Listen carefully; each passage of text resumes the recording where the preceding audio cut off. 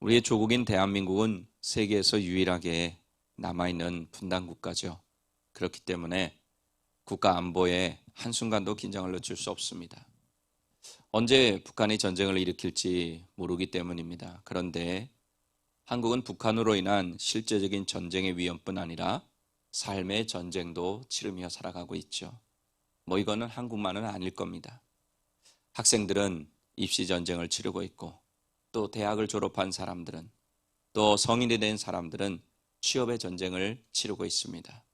물질과의 전쟁도 치르고 있고, 사람과의 관계 속에서 전쟁을 치르고 있고, 또 환경과의 전쟁도 치르고 있습니다. 뿐만 아니라 우리 그리스도인은 가장 중요한 영적인 전쟁을 매일같이 하고 있습니다. 보이는 무력적인 전쟁은 실제로 일어나야 일어나는 것이지만, 보이지 않는 삶의 전쟁, 특별히 영적인 전쟁은 날마다 삶 가운데서 계속되고 있습니다. 전쟁을 하는 목적은 무엇입니까? 이기기 위해서 하는 거죠. 그래서 전쟁을 하면 반드시 이겨야 합니다.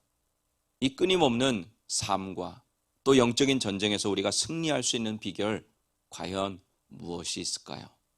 그것은 바로 하나님을 향하여 두 손을 드는 것입니다. 이것은 무슨 뜻일까요? 두 손을 드는 것은 다 하나님께 맡긴다는 것입니다. 나는 아무것도 할 수 없다는 것입니다. 우리가 소위 말하는 기도하는 거예요. 즉 승리는 기도에 달렸다는 것입니다. 여러분 믿으십니까? 저는 오늘 본문 말씀에 의지해서 싸움의 승리는 기도에 달렸다라는 제목으로 매일의 삶 가운데, 그리고 영적으로 전쟁을 치르며 사는 우리가 어떻게 하면 승리하며 살 수 있는지 우리에게 주시는 은혜를 나누고자 합니다. 오늘 본문을 보면 이스라엘과 아말렉이 싸우는 장면이 나오죠. 이 싸움은 이스라엘 자손들이 싸우고 싶어서 싸운 싸움이 아니에요.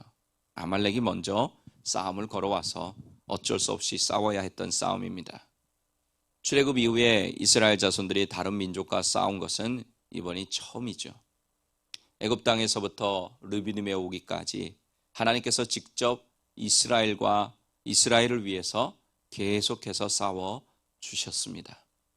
이제는 모세가 여호수아에게 이렇게 선포합니다. 우리를 위하여 사람들을 택하여 나가서 아말렉과 싸우라. 아말렉을 말하기 전까지는 이스라엘 자손들이 하는 일이라고는 아무것도 없었어요. 그러나 이제 하나님께서는 그들에게 너희가 나가 아말렉과 싸우라고 말씀하십니다. 무슨 의미일까요? 이제 하나님께서는 이스라엘을 통해서 싸우시겠다는 것이고, 앞으로 다른 민족과의 전쟁이 계속될 것임을 알려주시는 것입니다. 오늘 본문에서 벌어지는 전쟁은 다른 전쟁과는 좀 다르다는 것, 우리가 말씀을 읽으면서 알았을 것입니다. 알 수 있습니다. 모세는 여호수아에게 사람들을 택하여 아말렉과 싸우라고 해놓고 정작 본인은 여호와의 지팡이를 잡고 산꼭대기에 서리라 이렇게 말합니다. 그리고 드디어 아말렉과의 전쟁이 벌어졌어요. 모세가 산꼭대기에 서서 그 전쟁을 바라보면서 두 손을 하늘을 향해 들었습니다. 모세가 두 손을 들으니까 이스라엘이 이겼고, 반대로 모세가 손을 내리니까 이스라엘이 졌어요.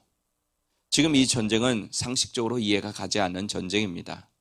물론 다 그런 것은 아니지만 전쟁을 이기려고 하면 최소한 상대를 이길 수 있는 전력을 갖춰야 되지 않겠습니까? 이런 측면에서 보면 이스라엘이 아말렉을 이길 수 있는 전력 하나도 갖추어지지 않았어요. 그들은 430년간 애굽에서 노예로 살았던 사람입니다. 전쟁, 개인적으로는 싸워봤을지 모르지만 전쟁을 해본 경험도 없는 민족이에요. 그들에게는 변변한 무기도 없었고 어떤 싸움에 대한 전략, 전술도 없었습니다. 아말렉이 싸움을 걸어오니까 싸움을 할 수밖에 없어서 나간 전쟁이었습니다. 그런데 이 전쟁은 상식과는, 전쟁의 일반적인 전쟁과는 전혀 상관이 없는 그런 전쟁이었습니다. 군사에 많고 적음도 필요가 없고, 무기가 얼마나 좋으냐 이런 것도 필요가 없고, 전략과 전술도 필요가 없는 그런 전쟁이었다는 뜻입니다. 지금 전쟁터에서 싸우고 있는 사람은 여호수아와 이스라엘의 장정들이었습니다. 그리고 그들이 어떻게 싸우고 있느냐에 상관없이 오늘 본문에 보니까 모세의 손이 올라가면 이스라엘 자손들이 이기고 내려가면 졌습니다. 결국 이 전쟁의 승패는 현장에서 싸우고 있는 여호수아와 이스라엘의 장정들에게 달린 것이 아니라 바로 모세의 두 손에 달려 있었던 것이죠. 즉 모세의 기도에 달려 있던 것입니다. 우리는 이 전쟁을 바라보면서 전쟁의 승리의 비결이 어디에 있는지 깨닫게 됩니다. 바로 하나님께 두 손을 들 때, 즉 기도할 때 우리는 전쟁에서 승리하게 된다는 것입니다. 삶의 수많은 전쟁들, 영적인 전쟁들의 승리는 우리의 기도에 달렸습니다. 다시 말하면 우리가 먼저 승리해야 할 전쟁터는 현장이 아니라 어디라는 거요? 지금 우리가 있는 이 기도의 장소라는 사실입니다. 기도의 장소에서 우리가 간절히 기도하고 삶의 전쟁터로 나갈 때에 우리는 승리하게 됩니다. 이 기도의 장소에서 기도하면 우리 영적인 전쟁에서 승리하게 됩니다. 반대로 기도하지 않으면 전쟁에서 지게 되는 것이죠. 우리가 당하는 어려움의 수준이 문제가 아닙니다. 또 종류가 문제가 아니에요. 중요한 것은 기도의 손이 올라가느냐 내려가느냐, 하나님을 향한 손을 드느냐 내리느냐, 하나님을 믿고 의지하며 기도하느냐 기도하지 않느냐에 따라 모든 승패가 좌우된다는 사실 꼭 기억하시기 바랍니다. 그러므로 우리가 삶의 현장 가운데 일하기 전에 하나님 앞에 먼저 기도해야 됩니다. 하루를 시작하기 전에 기도해야 됩니다. 이런 면에서 우리가 지금 드리고 있는 이 새벽 기도는, 새벽 예배는 너무나도 소중하고 중요하다고 믿습니다. 우리가 삶의 현장으로 나가기 전에 먼저 하나님 앞에 나와 예배하고 기도할 수 있는 것 얼마나 감사한 일입니까? 또 하나님이 보실 때 또 얼마나 기뻐하시겠습니까? 여러분, 이 새벽 예배에 대한 확신을 가지십시오. 하나님께 나가기 전에 먼저 하나님께 세상으로 나가기 전에 먼저 하나님께 예배드리고 기도하고 찬양한다고 하는 것 얼마나 큰 영적인 의미가 있는지 모릅니다.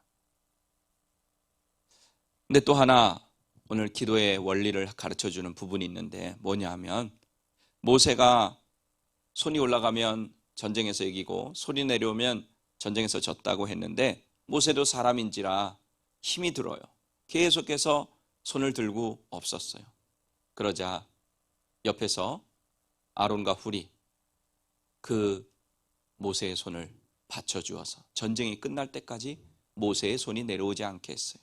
즉 모세가 기도할 수 있도록 또 옆에서 함께 기도했다는 뜻입니다. 기도는 나 혼자 하는 기도도 중요하지만 옆에서 함께 기도하는 것도, 함께 기도하는 사람이 있다는 것도 너무 더 중요하다는 사실 우리로 하여금 깨닫게 합니다. 목사가 목회를 하다가 또 성도들이 신앙생활을 하다가 기도의 손이 내려올 때가 있죠. 너무 어려운 일을 당할 때는 입술을 열어서 기도할 힘조차 없을 때가 있습니다. 그럴 때 바로 아론과 훌이 필요합니다.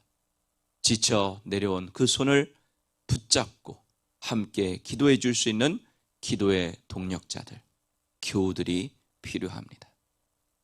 교회는 또 하나님의 나라는 누구 혼자 이루어가는 것이 아니라는 것입니다. 함께 이루어가는 것입니다. 전쟁에서도 함께 싸우는 것입니다. 현장에서 무기를 들고 싸우는 이스라엘과 장정들도 여호수아도 분명히 필요해요. 뿐만 아니라 모세와 같은 사람도 필요하고 아론과 훌과 같은 사람도 필요하다는 것입니다. 우리 사랑하는 오린교회 가족 여러분, 모두 합력해서 선을 이루며 우리 하나님의 공동체를, 교회 공동체를 세워가야 합니다. 교회뿐만이 아니죠. 우리 그리스도인들이 속해 있는 모든 공동체에 해당되는 얘기입니다.